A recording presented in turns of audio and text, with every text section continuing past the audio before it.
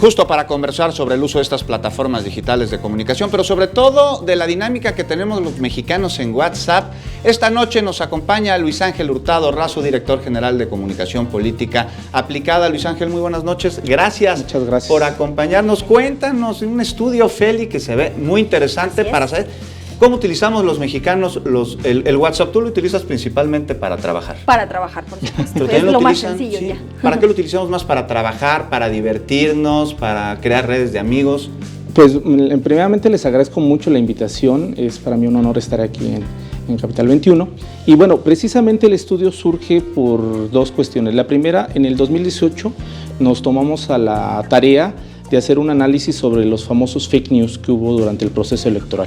Identificamos aproximadamente 85 que se transmitieron por diferentes redes sociales, dígase WhatsApp, Instagram, Facebook, YouTube y también Twitter. Y a partir de eso nos preguntamos cómo ha sido el impacto o cómo interactúa la gente con este tipo de información y más aparte, cómo utilizan estas redes sociales. Bajo esa lógica nosotros lanzamos este año el primer estudio que contempla las 5 redes sociales más usadas en México. Empezamos con WhatsApp porque es la segunda red social más utilizada según los datos del Instituto Federal de Telecomunicaciones. ¿Cuál es la primera? La primera es Facebook.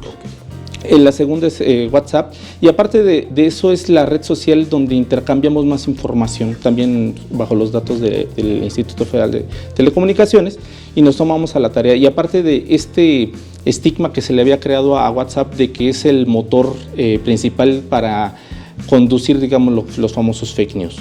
A partir de eso, pues nos metimos a hacer este estudio y en esta primera entrega tenemos esta parte sobre cómo lo utilizamos. ¿Cómo lo utilizamos? Pues es muy interesante porque el estudio se hace a nivel nacional.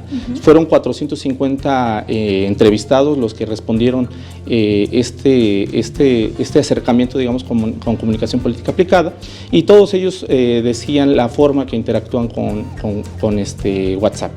Lo que encontramos fue principalmente que de estos 455 entrevistados, la gran mayoría fueron jóvenes que oscilaban entre los 21 años a los 30 años. Casi el 50% eran jóvenes.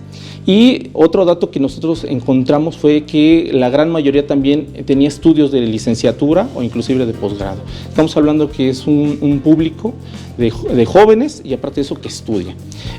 Bajo esa lógica preguntamos cuánto tiempo le dedican al uso del WhatsApp. Hicimos una pregunta abierta en el sentido de desde 1 hora hasta más de 6 horas.